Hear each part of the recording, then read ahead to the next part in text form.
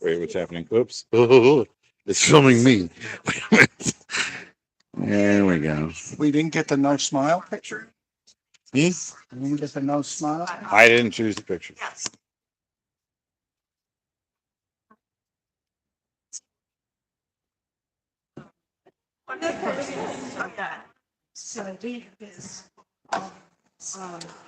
Okay, so now I want you to tune in and tell people what they can comment.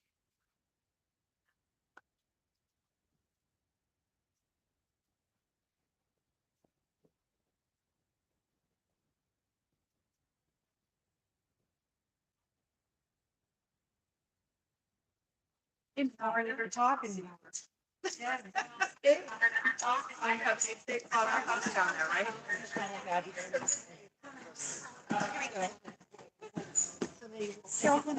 Oh, thank you. My son is very clever that way. But anyway. We were here 8 years ago. Oh, yeah. I mean, 2008. I got it in my calendar. Okay. yes. 13. Yeah. 14. Children.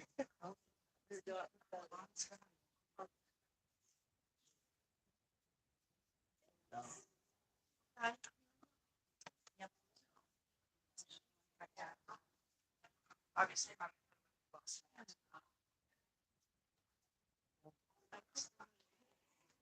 how was your trip, Ben? Yeah. Same. Oh, there could have been What'd you have to go through?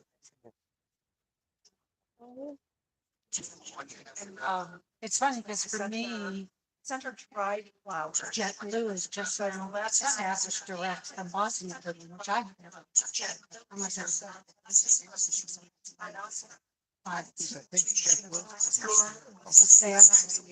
So curious. Right, but it should be good because spirit and stuff. Yep. Spirit Major. JetBlue works. Yeah, right. I could go either way, but I have a hard time imagining that because it's just culture that will come in. Like the next time you go to the grocery store, like it doesn't have now. Flowers. Hey, Les. Well, don't you know she was allergic to that? Yeah. So for the birthday. All right. It's flowing up in tea. It's diagnosed. I know. So I got my date. I got my date. Oh, yeah, great. Yeah, you might be trying to go to GC.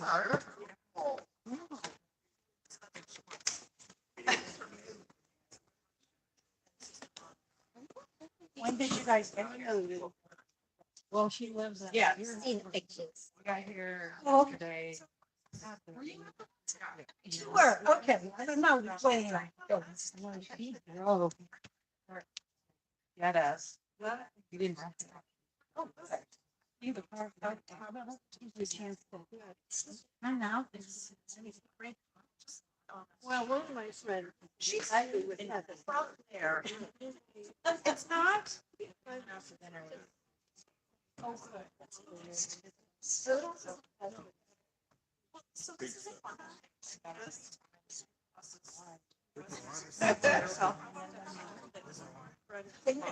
yeah, area. And so the that way, strangely, I mean, she was being right there actually outside. Monday. So I'm gonna well,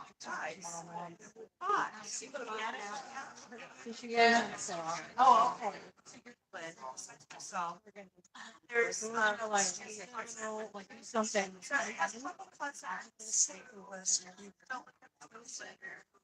And other like I brought it. Well, right. You know how? Oh, we do. Oh, okay. We have to make. This is the point of the dictionary. I don't understand. I We're actually together. Sure. I have those when I don't know. Oh, they just didn't eat. Oh, I don't know.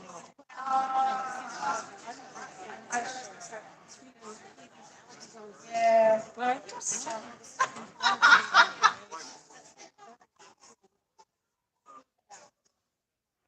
such a that. Yes, right.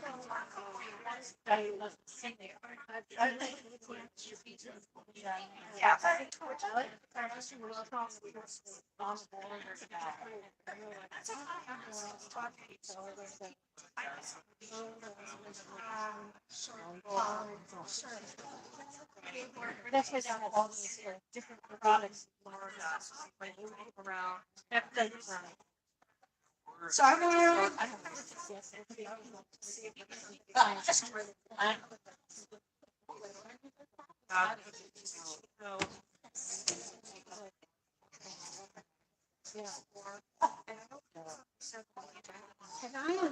I don't. Let me know what you got. Some things. Grace Petot, I don't want to just surprise. No, of course not. She's a big one. You look at the other one. No, it's us. Yes, it's exactly. Oh, yeah.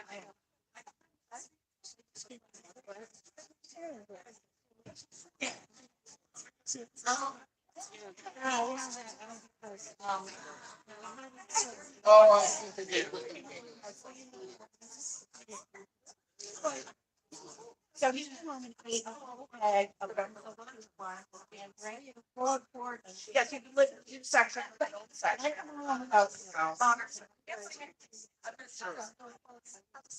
And sharing us full of there.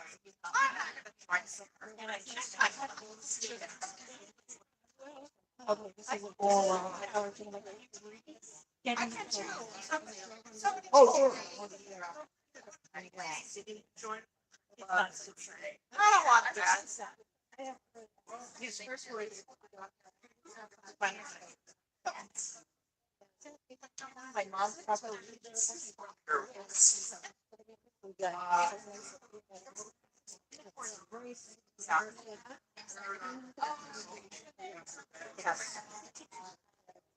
That's I don't want to. I don't want to.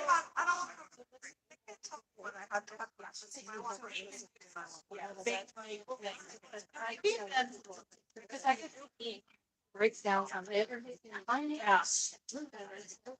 Yeah, that makes sense. And there's not a lot. But yes, it's right. Yeah, because okay, so I suddenly about a lot of places. Oh, I said.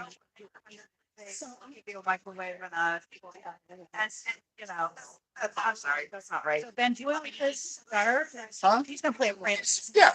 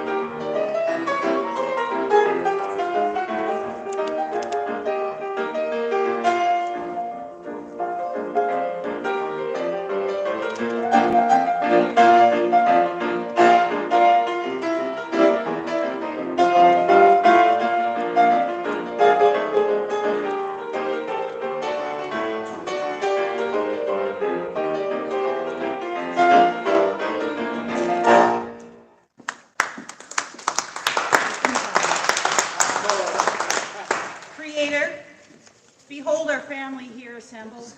We give thanks to you for this place in which we dwell, for the love that unites us, for the peace accorded to us this day, for the hope with which we expect the morrow, for the health, the work, the food, and the bright skies that make our lives delightful, and for our friends in all parts of the earth. Amen. Amen.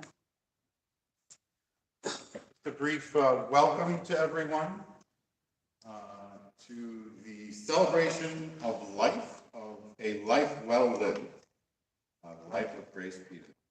I'm Ben Zellman, and in many ways, Grace knew me before I was born. Our mothers knew one another. And then I became great friends with Julie, Grace's daughter, and had the privilege of being a part of the Petot family, along with traditions that I was able to bring to my own daughters. Grace then served after my mother died as kind of a mother to me. And after Grace's husband died, I became a buddy to Grace and had the wonderful privilege of spending hours and hours in late night discussions with her. And I'm so pleased to welcome everyone here. And next, we're going to have George Foley, also a friend of the family, play for us. George, next the chord.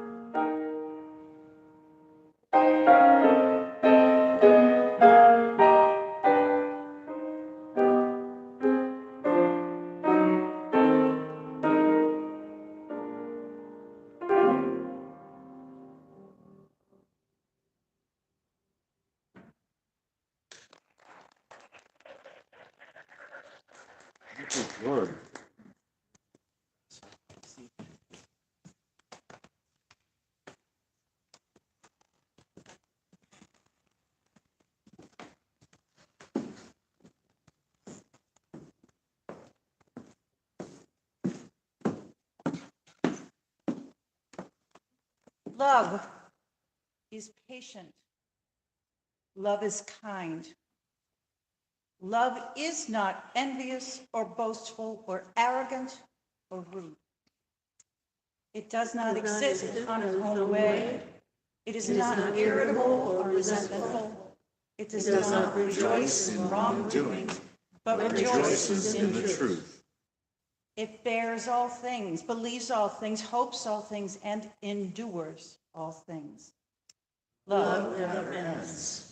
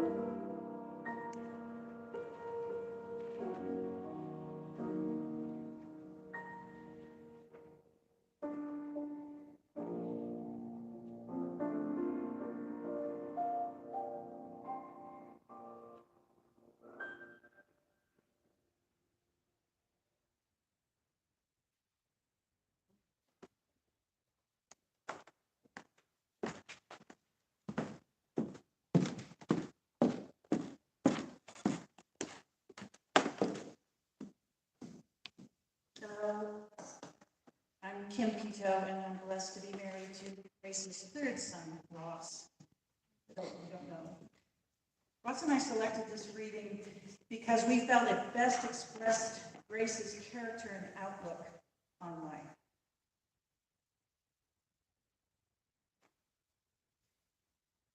Desideratum by Max Ehrmann, 1927.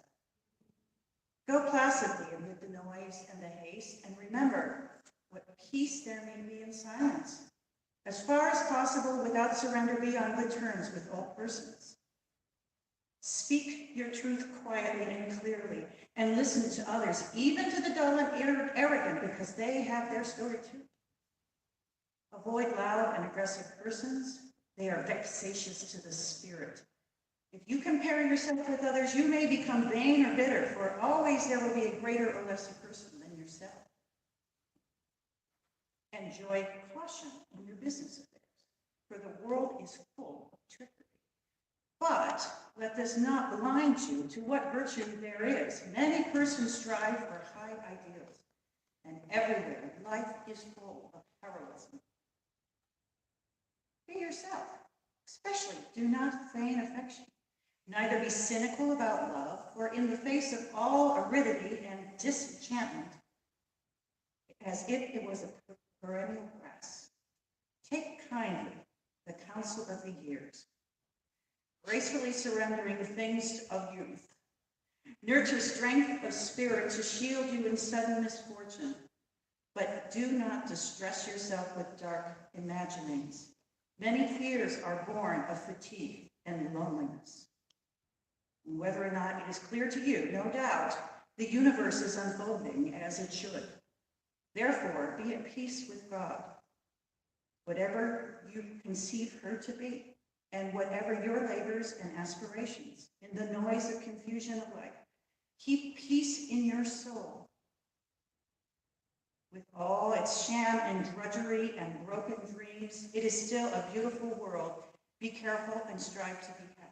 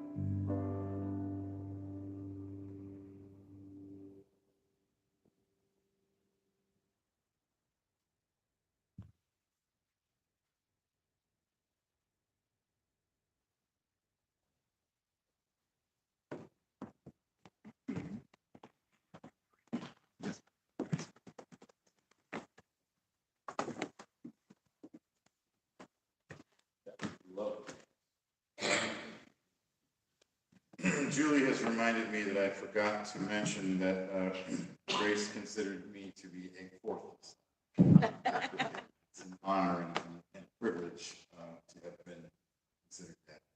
I was out for a walk the other day and I thought about trying to think about all of the things I loved and liked about Grace.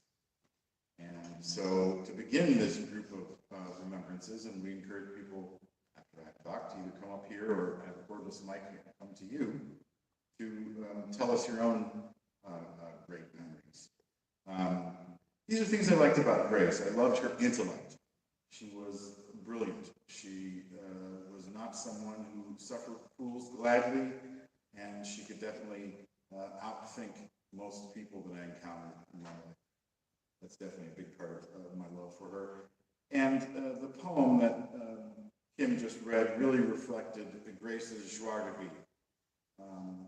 All of her life, Grace loved life, and she had a lust for life. It was, I feel, such a benefit and honor having been so close to someone with such a strong joie de vivre. In times when I was down, Grace would really helped me to recognize the beauty of life and the blessings that I had. Grace was a skeptic about a lot of things, and that went along with her analytical mind, and so I appreciated her skepticism. She had a certain expression that she would make when you were telling something that she was not exactly sure about. You had to definitely back up. And so I loved her skepticism. Her humor was wonderful. Grace had just a lovely laugh that I hear in my mind and have the wonderful privilege of hearing forever, because love never ends.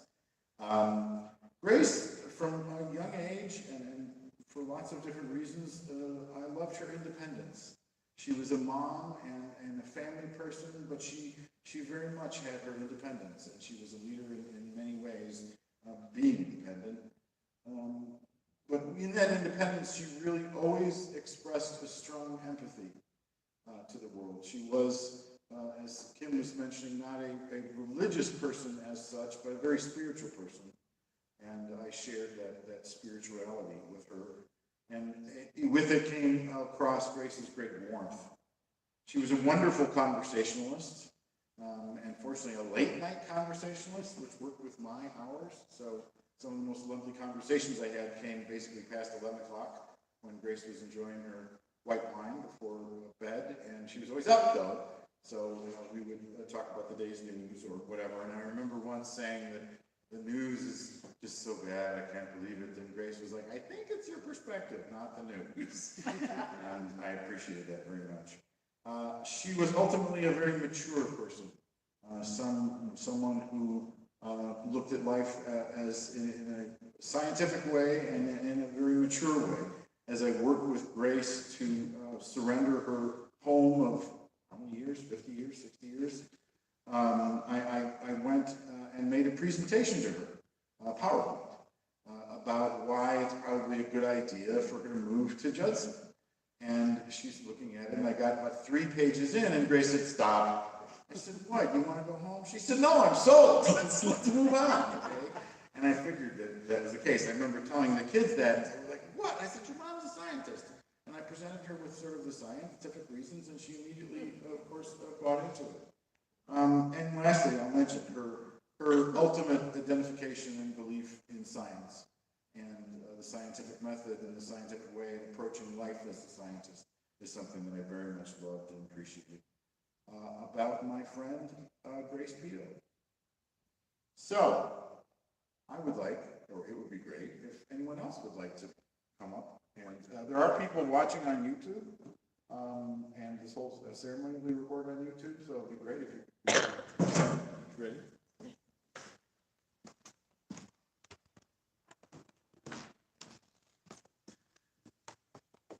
Most of you know me. I am Brad, her second son, and I'll be brief. I'm not a terribly religious person, but I find comfort thinking that she is now at peace and that she is now again with my dad. I also find comfort knowing that she will continue to live on in my own memories, in my family's memories, and in the collective memories of all of you who've gathered here. Mom, I love you. Thank you.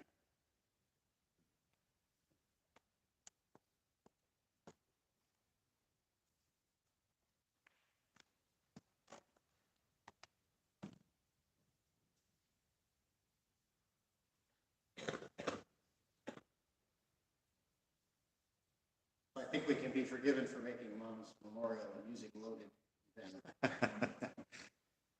She would have wanted it that way. It certainly seems appropriate to me. Celebration of her life and her giving. It was important to both Mom and Dad, and they were big supporters of the arts, dance, theater. They attended a lot, they gave a lot. It meant a lot to them. And of course, they started all of us early on with music lessons. I played plenty of piano. Julie played guitar.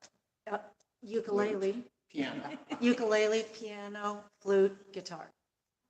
You surfed a lot. Brad played clarinet. Handles. Played handles. Oh. Yeah.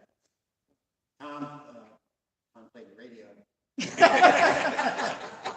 Well, I stuck with it without complaint or fuss or anything like that. I think I'm the only one.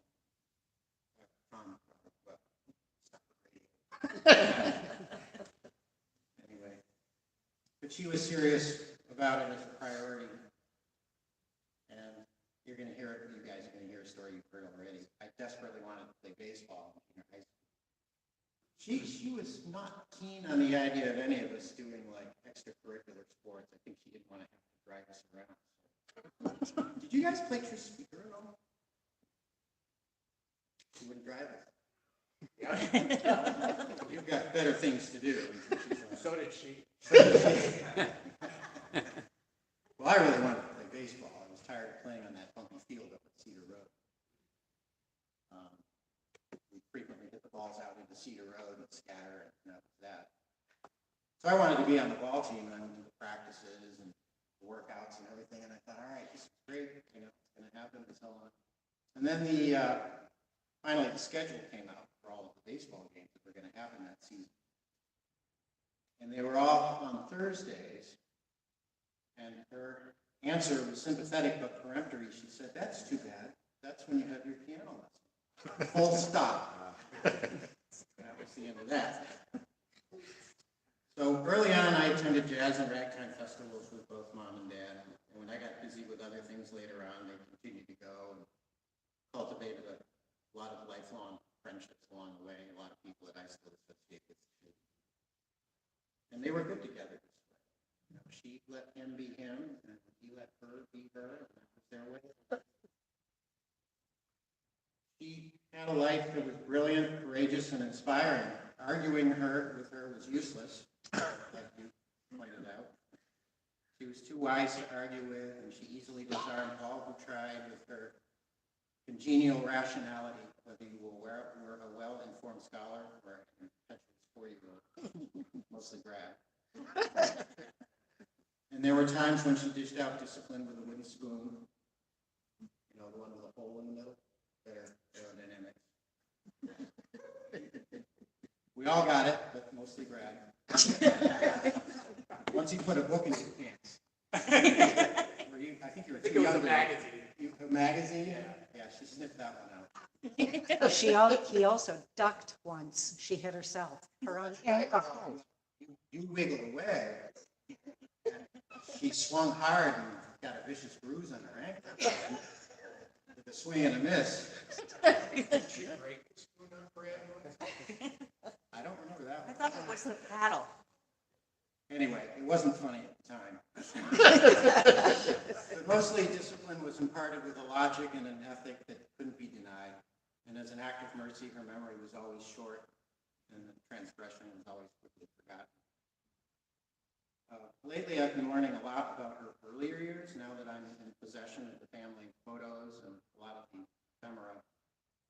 There's reams and reams of pointless photos, unattractive landscapes, vacations, and stuff like that. Can I throw those away? We have your great-grandson. You better get busy.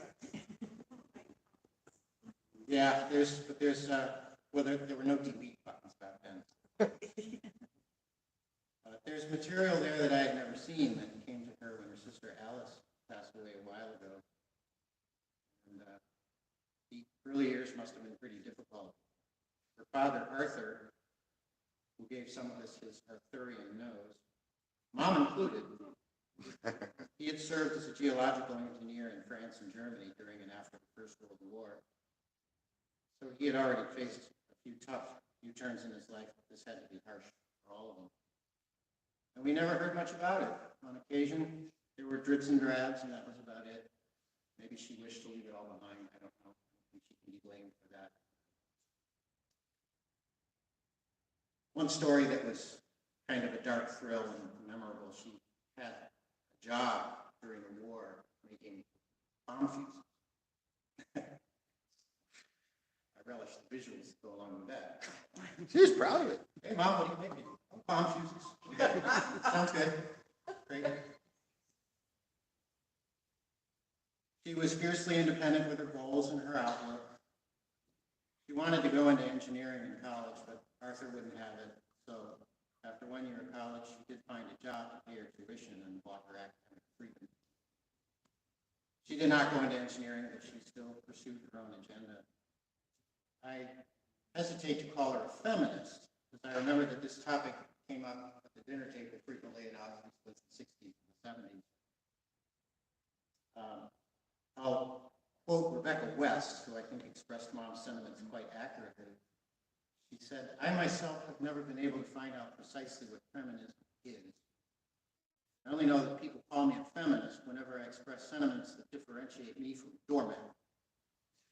That's very good. I think she'd also appreciate the Gloria Steinem word. A woman without a man is like a fish without a bicycle.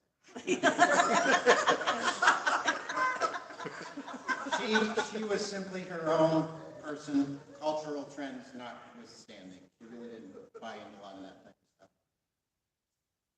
So after the war and after school, she ended up in what were essentially food laboratories, frozen food development mostly at first.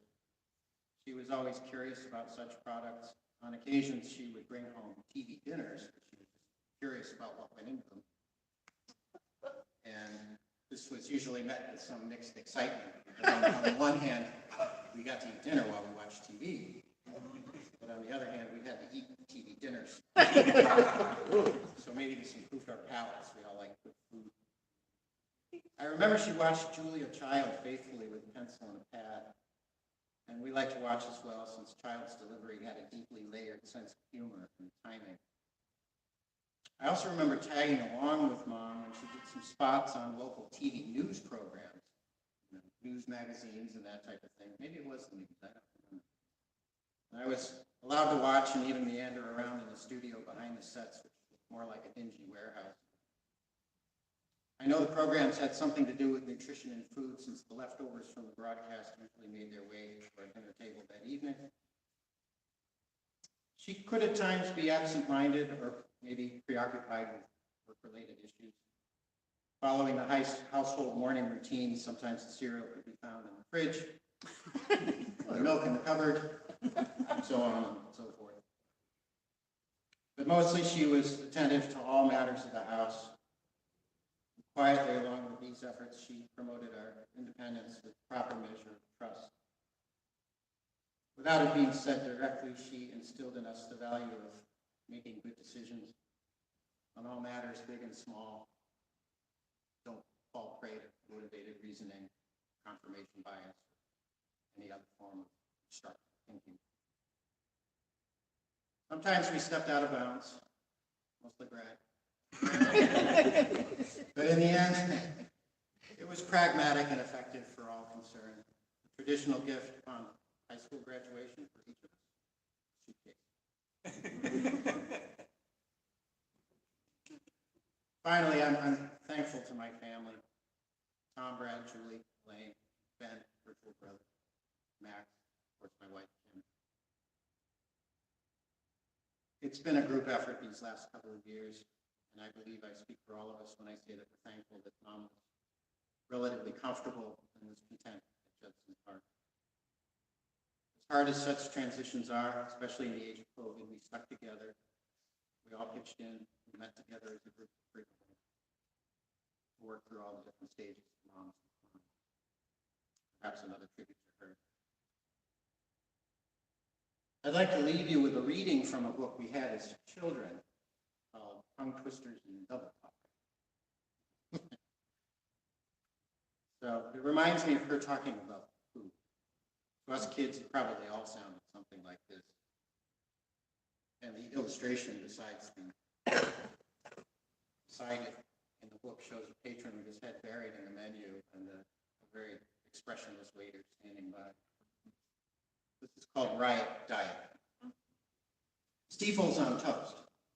Sauteed ramechons, corca sauce with potatoes, herbets and milk, turf and foil coffee with glamis sandwich, berries and cream, taffel snords on rye bread, snurgs and privet mushroom, zilts and sauerkraut, tangerine, zoltash and ported scotch, curl salad with Grinks dressing, gaugnets with sweet potatoes, frimps without potatoes, terse and tassel dessert with heavy cream, Swearsman sardines with waffle crackers, known for eating cheese cribbles from Holland. Give me a steak with clements on the side and corblet sauce.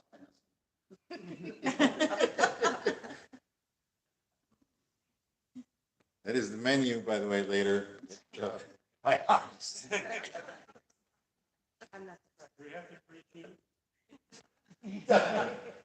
We'd love it if someone else would come up, or I can grab the mic. You do have a. Benjamin.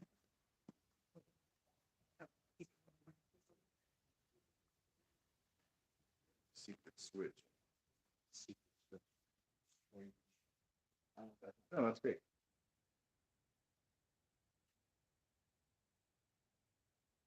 I am Robert Friedland. I'm a neurologist. I work mostly on aging. I'm very fortunate to be here to know you, and particularly grateful to have known Grace. In the 1990s, we got a very large grant to study the risk and protective factors for Alzheimer's disease. And we wanted to study all of them, which of course would include nutrition. And I made some inquiries, and I was directed to Grace. I interviewed Grace. Grace interviewed me. She learned that in medical school I had approximately 0 hours of education in nutrition. That whatever I knew about nutrition, I learned from my mother, who was not a nutritionist, but I probably learned from her mother, who learned from her mother.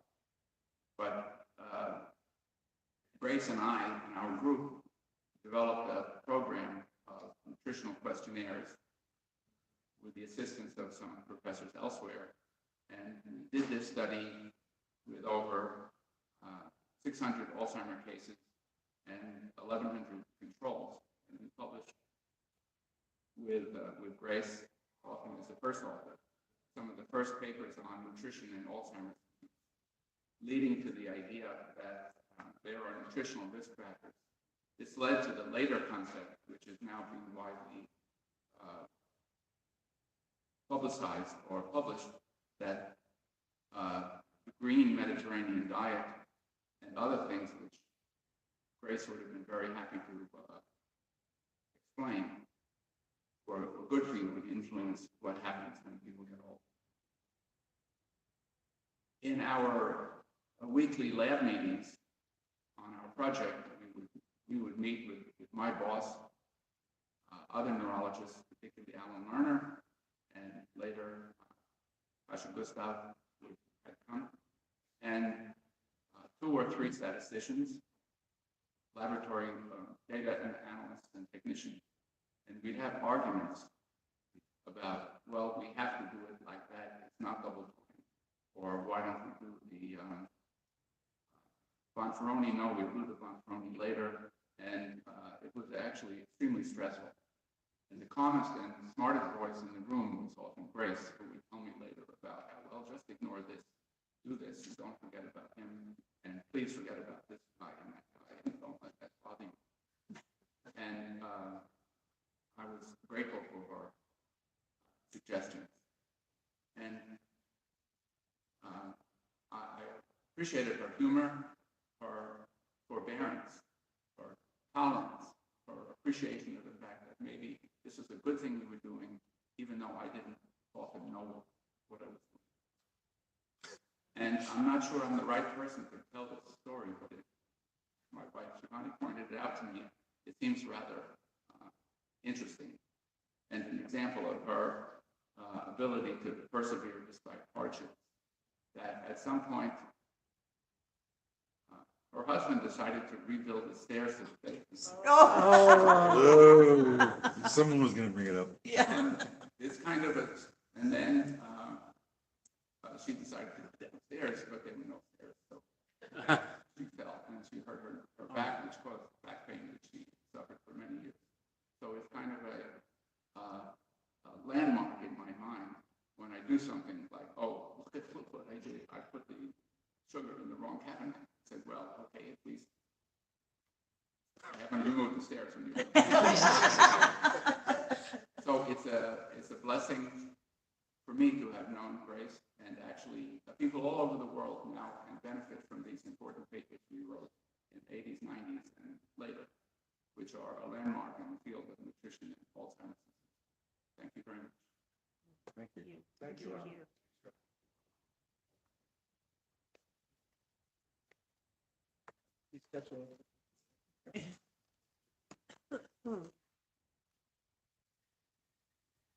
So I'm Douglas Rothenberg, and I'm a friend of Grace's by proxy. Proxy is my wife, Kasha. Kasha and Grace, for a while, doing some of the research, shared an office. And I won't go into all the advice Grace gave Kasha, but I will tell you the story that Grace gave me. So as you've been told, Grace was very into nutrition and food and research and things like that. And the subject came up of, I like a particular type of bread, and that's really hard to get, so when you buy it, you have to get a little bit more. And how do you keep a little bit more fresh? Well, the tradition is you freeze it, right? So Grace heard this and she said, oh no, you cannot freeze bread. You cannot. And I think she gave me 4 or 5 reasons why you can. And I decided early on that I was going to try it anyway. And I don't believe in asking forgiveness from the hereafter. So Grace, I will not ask for forgiveness. But every time I freeze a loaf of bread, and I do it all the time, I think of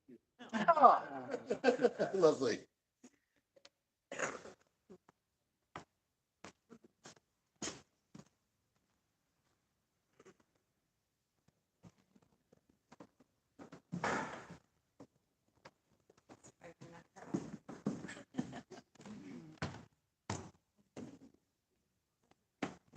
So hello, I'm Nancy Zellman, and I've known the Petos for a very long time. I was extremely fortunate to meet Julie at High Tide all those years ago, and to be friends. And I was able to get to know your family, and what a family it is. Okay, pretty amazing.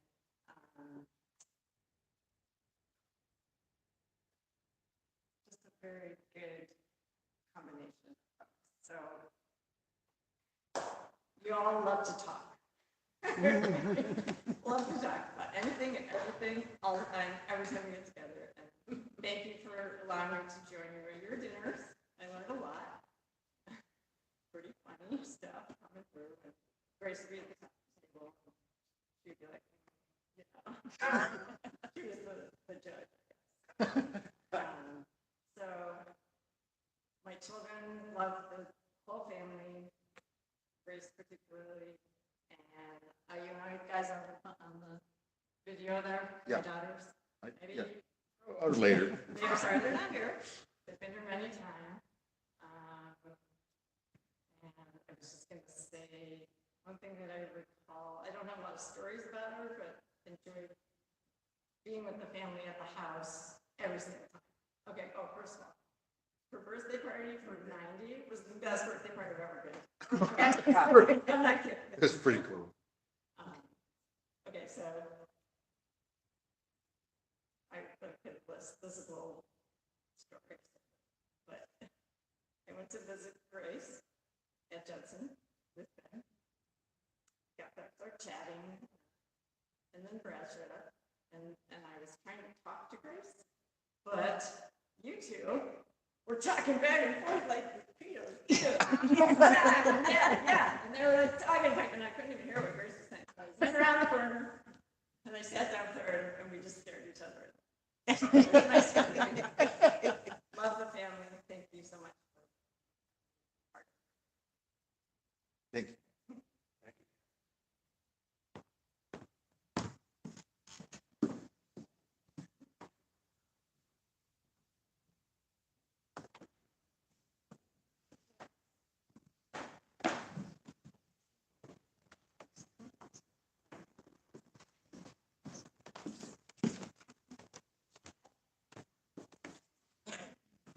I'm Tom, I'm Grace's nephew, and didn't know as well as I could have, but I know I was dumped as a kid when I was probably about this tall with my younger brother at the Petot house to have us babysit. So my parents went off to Europe, probably with my little brothers. I went to Oberlin for a year and a half, and I remember coming over for Thanksgiving a couple of times, and they all stared at me when they put the plate of turkey down. They're waiting for me to go first, and they were wondering what I was going to take, and I took the white meat. They're all like, and they were happy that I took the white meat. And I was really proud of Grace being a scientist, becoming a professor. Really great. We're both professors, my wife and I. This is my wife, Carol. You want to say anything else?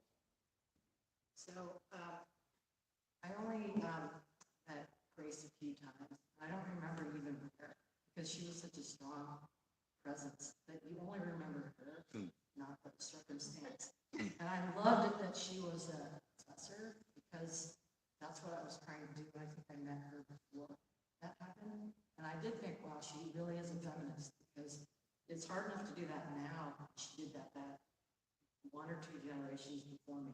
So that was super amazing.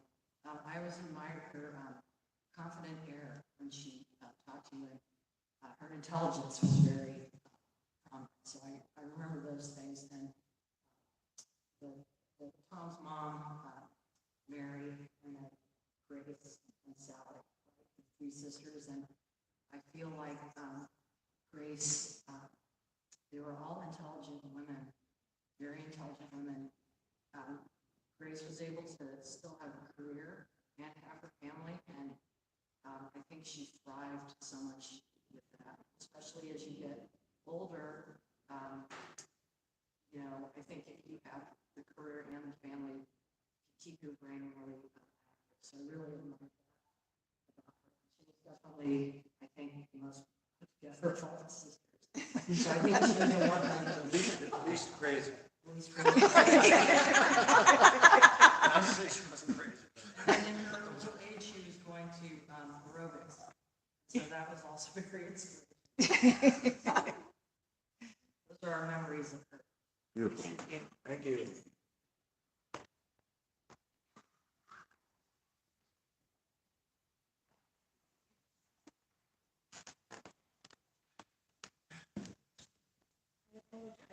Nothing prepared, but I have to mention a couple of things, especially right away. My husband is over there, and you already met Ralph, who, because of home, I am in Cleveland. So I remember I came to Cleveland in 2004 in the middle of winter. And in Roswell, and immediately I met this very distinguished woman, and we shared the office. And it was hard for me to believe. Later on, a couple of weeks after that, we were preparing grant, and obviously she gave me her CV. And I realized that this woman who became immediately my good friend was so many years older, different generation, and we had so many things in common. And not only we talked about everything, every day, not only shoes, we could talk sunglasses, book, travel.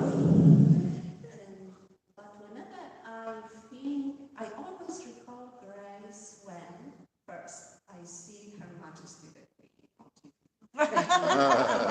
Not only because of style, great style, but because of the fact they were at the same age. Yeah. So whenever, around Grace's birthday, we were like making this celebration. Once you as the Queen, Her Majesty the Queen. Second thing, I always, whenever I see something hard decor, like style art decor, I always think about Grace, who loved variety, art, and style. And I went to a couple of exhibitions with her, specifically to see this type of art. And last but not least, Ferragamo shoes. Yeah. Keep wearing her hair. It's a brand. It's disgusting.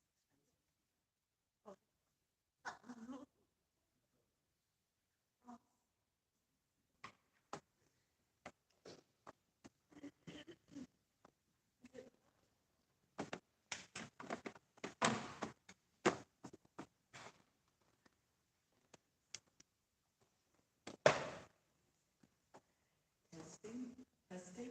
I'm Karen Potter, and I teach here at Kiss Western in the dance department. And I just want all the Petot family to know that Grace was treasured and deeply appreciated by everyone in the Department of Dance and in the College of Arts and Sciences. She knew our dean, our former dean, Cyrus Taylor, very well, and we're often together watching our dance concerts. In the 22 years that I've been teaching at Case Western, Grace only missed one concert when she and Chuck were on vacation somewhere one fall, and then, of course, in the past couple of years. But she was very supportive of dance. She came to see every concert, including to see Brad and Elaine perform in Mather Dance Collective. And she was very, very gracious and supportive of the arts at Case Western. And we deeply valued, treasured, and appreciated and loved Grace. And I wonder if it's time to do Tribute Rag again.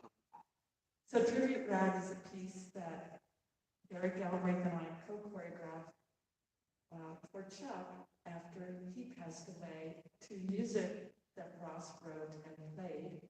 And the piano was actually on stage, and Ross and Kim and Max came and played, and maybe we should do Tribute Rag 2.0 for Grace.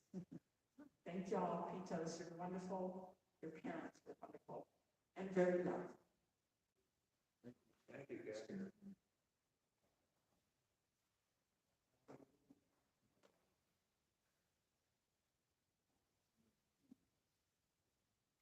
George?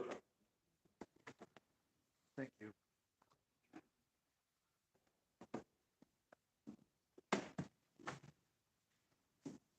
Fairly obvious, but George is going to give us some musical. What's that? You're going to give us a musical piece again. I was stating the obvious.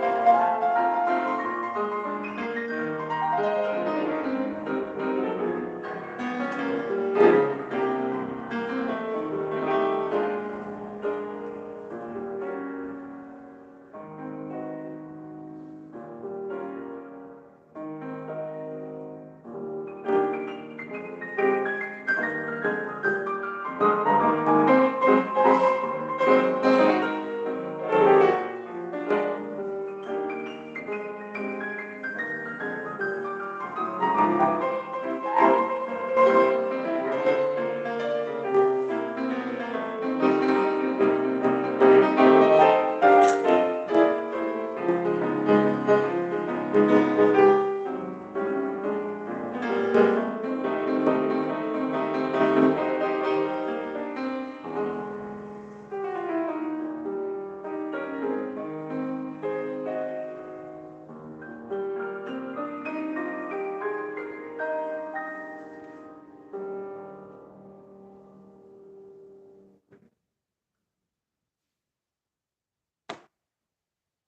you, George.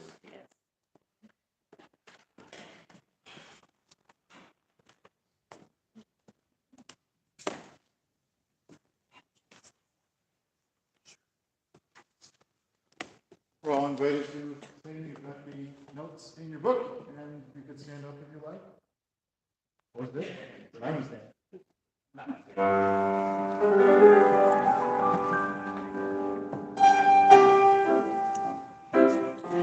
You standing alone, without a dream in my heart, without a love of my own. Blue moon, I this is what you stand for. I heard you say a prayer for somebody I really care for. And suddenly appear before me, the unclever fool. I heard somebody whisper, please adore me, and then I looked at the moon, I turned to gold, blue moon. Now I'm no longer alone, without a dream in my heart, without a love of my own.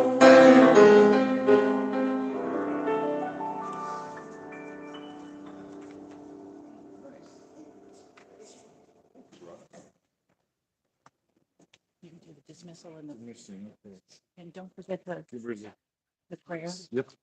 Thank you. So I guess the word has gotten around that I am hosting a reception at my house. Don't know that we put the address down, but here it is, 2881 Washington Boulevard. In Cleveland Heights, it's a red house. You'll find it. And I invite you all to come. Kasha, I know you're in the comments, okay. Oh, you are? Nice. Okay. Lovely. Okay. Just go that way. Yeah. Yeah, there you go. Not far. There's 10 minutes even from here. Watch for the owl. Yeah, look for the owl and the red house. The owl sculpture in my front yard. We'll close with this anonymous Native American prayer. I give you this one thought to keep. I'm with you still. I do not sleep. I am 1,000 winds that blow. I am the diamond that glints on snow. I am the sunlight on ripened grain. I am the gentle autumn rain. When you awaken in the morning hush, I am the swift uplifting rush of quiet birds in circled flight. I am the soft stars that shine at night. Do not think of me as gone. I am with you still in each new dawn. Do not stand at my grave and weep. I am not there. I do not sleep. Do not stand there at my grave and cry. I am not there. I did not die. Amen. Amen. Thank you. I'm always asked for this.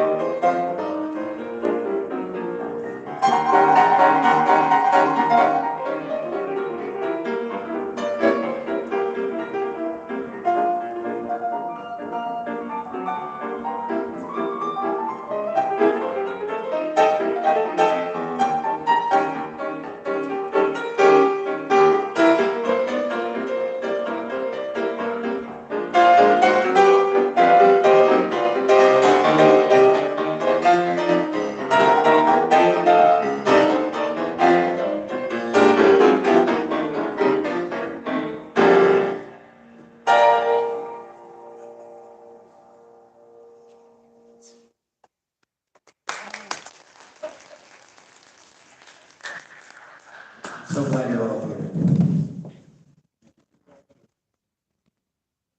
I love you, Mom.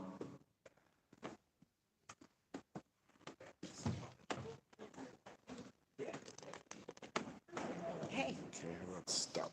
How are you doing? Yeah. Okay, I'll tell you the hardest part so far was actually pulling it in the weekend when I was driving to Boston because I never been in a restaurant. I think so. And the first thing you go into is